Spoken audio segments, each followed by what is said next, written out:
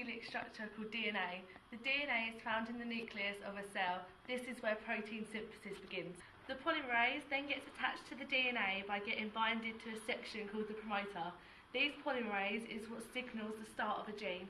The helicase also attaches to the DNA.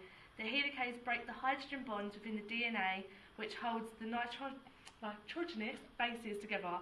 This unzips the sense strand from the antisense strand. Now the two strands are separated, the bases attached to the sense strand are all exposed.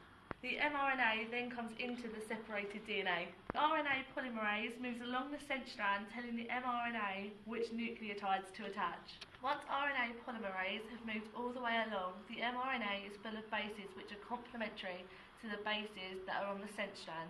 An example of this is when there is adenine on the sense strand, uracil will be on the mRNA. The next step of the process is when the mRNA moves away from the DNA. The hydrogen bonds then reform between the bases on the sense strand and the antisense strand. Polymerase and helicase from earlier then detach themselves from the DNA, allowing the DNA to fold up back into its double helix form. For the next stage of protein synthesis to occur, the mRNA attaches itself to a ribosome. On the mRNA, the bases are split into groups of 3 called codons. Each codon codes for a different amino acid. The first codon is the start codon, which tells the ribosome to begin the translation process. A clover-like structure called tRNA then comes in to help with the translation process. The tRNA has an anticodon which is complementary to the codon on the mRNA. The anticodon tells the tRNA which amino acid to go get from the cytoplasm. Once the tRNA has fetched the needed amino acid, it brings the amino acids back into the ribosome. The ribosome then moves along the mRNA to allow another codon in. The tRNA then goes and fetches the needed amino acids for this codon and brings it back into the ribosome.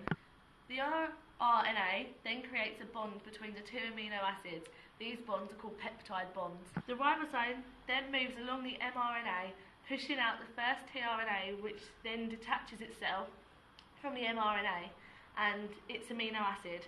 The tRNA then goes back into the cytoplasm and another codon is brought back into the ribosome. The process of fetching amino acids and bringing them into the ribosome then gets repeated for all the codons that are on the mRNA. Like previously, peptide bonds are formed between the amino acids. This forms a chain. This chain is called a polypeptide chain. The ribosomes then reach the last codon. This is called the stop codon. This tells the ribosome that the chain is now complete and to stop bringing in tRNA. The ribosome then releases the mRNA back out into the cell. It's broken up so all the parts can be reused. The polypeptide chain of amino acids then gets released from the ribosome, ready to move on.